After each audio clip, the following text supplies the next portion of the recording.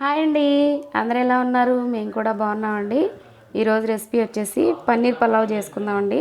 దానికోసం నేను ఒక 100 గ్రాముల పన్నీర్ తీసుకున్నాను. పచ్చిమిర్చి ఒక 5-6 పచ్చిమిర్చి కట్ చేసి పెట్టుకున్నాను. ఒక క్యారెట్, ఒక బంగాళదుంప, ఒక ఆనియన్ తీసుకున్నానండి. ఉల్లిపాయని ఇలా పొడవుగా కట్ చేసి పెట్టుకున్నాను. అలాగే నేను ఒక గ్లాసున్నర బియ్యం బాస్మతి రైస్ తీసుకున్నాను అండి. ఇవి ముందుగానే నానబెట్టి పెట్టుకున్నాను. ఇప్పుడు మనం ఈ పలావ్ని ప్రిపేర్ చేసుకుందాం. స్టవ్ ఆన్ చేసి ఒక కుక్కర్ పెట్టుకున్నానండి. దీనిలోకి ఒక 3 స్పూన్స్ ఆయిల్ యాడ్ చేసుకున్నాను. దీనిలోకి ఫస్ట్ పలావ్ దినుసులను యాడ్ చేసుకుందాం.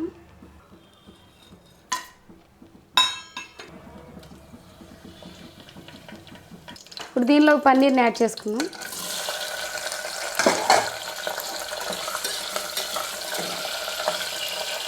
ఒక 1/4 టీ స్పూన్ పసుపును కూడా యాడ్ చేసుకుందామండి. పసుపు యాడ్ చేసుకుంటే పన్నీర్ అడిగంటకుండా చక్కగా ఫ్రై అవుతాయండి. అందుకని పసుపుని యాడ్ చేసుకోండి. ఇప్పుడు పన్నీర్ ఫ్రై అయ్యాయండి. ఇప్పుడు దీనిలోకి మనం ఉల్లిపాయలు, పచ్చిమిర్చి ఇవి కూడా యాడ్ చేసుకున్నాం. నానబెట్టుకున్న బఠానీని కూడా యాడ్ చేసుకున్నాం. స్టవ్ మీడియం ఫ్లేమ్లో పెట్టుకుని వీటిని కొంచెం ఫ్రై చేసుకోవాలండి. ఇప్పుడు ఈ ఫ్రై అయిపోయండి. దీనిలోకి ఒక స్పూన్ అల్లం వెల్లుల్లి పేస్ట్ యాడ్ చేసుకున్నాం. అడగంటకుండా ఇవి ఒకసారి ఫ్రై చేసుకున్నామండి. అల్లం వెల్లుల్లి పేస్ట్ కూడా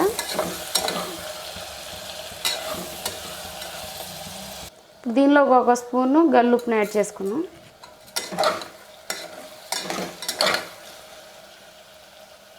ఇప్పుడు ఇవన్నీ ఫ్రై అయిపోయండి. దీనిలోకి నానబెట్టుకున్న రైస్ని యాడ్ చేసుకున్నాం. ఇప్పుడు రైస్ని యాడ్ చేసుకున్న తర్వాత ఒక్కసారి కలుపుకుందామండి. ఇవన్నీ ఎలాగా ఒక 5 నిమిషాలు రైస్ కూడా దీనిలో ఫ్రై చేసుకుని మళ్ళీ వాటర్ యాడ్ చేసుకుందాం. ఇలా 5 నిమిషాలు రైస్ని ఫ్రై చేసుకున్న తర్వాత దీనిలోకి సరిపడా వాటర్ని యాడ్ చేసుకుందామండి.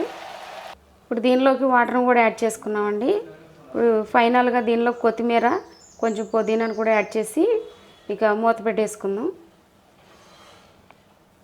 ఇప్పుడు దీనిలోకి కొత్తిమీర, పుదీనా తరిగిని యాడ్ చేసుకున్నామండి. ఒకసారి కలుపుకుందామండి.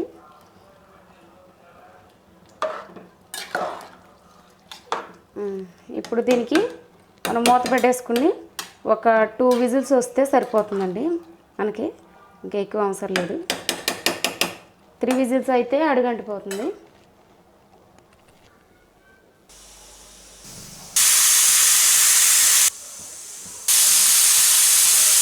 టూ విజిల్స్ అయిపోయాయండి. ఇప్పుడు స్టవ్ ఆఫ్ చేసుకుందాం.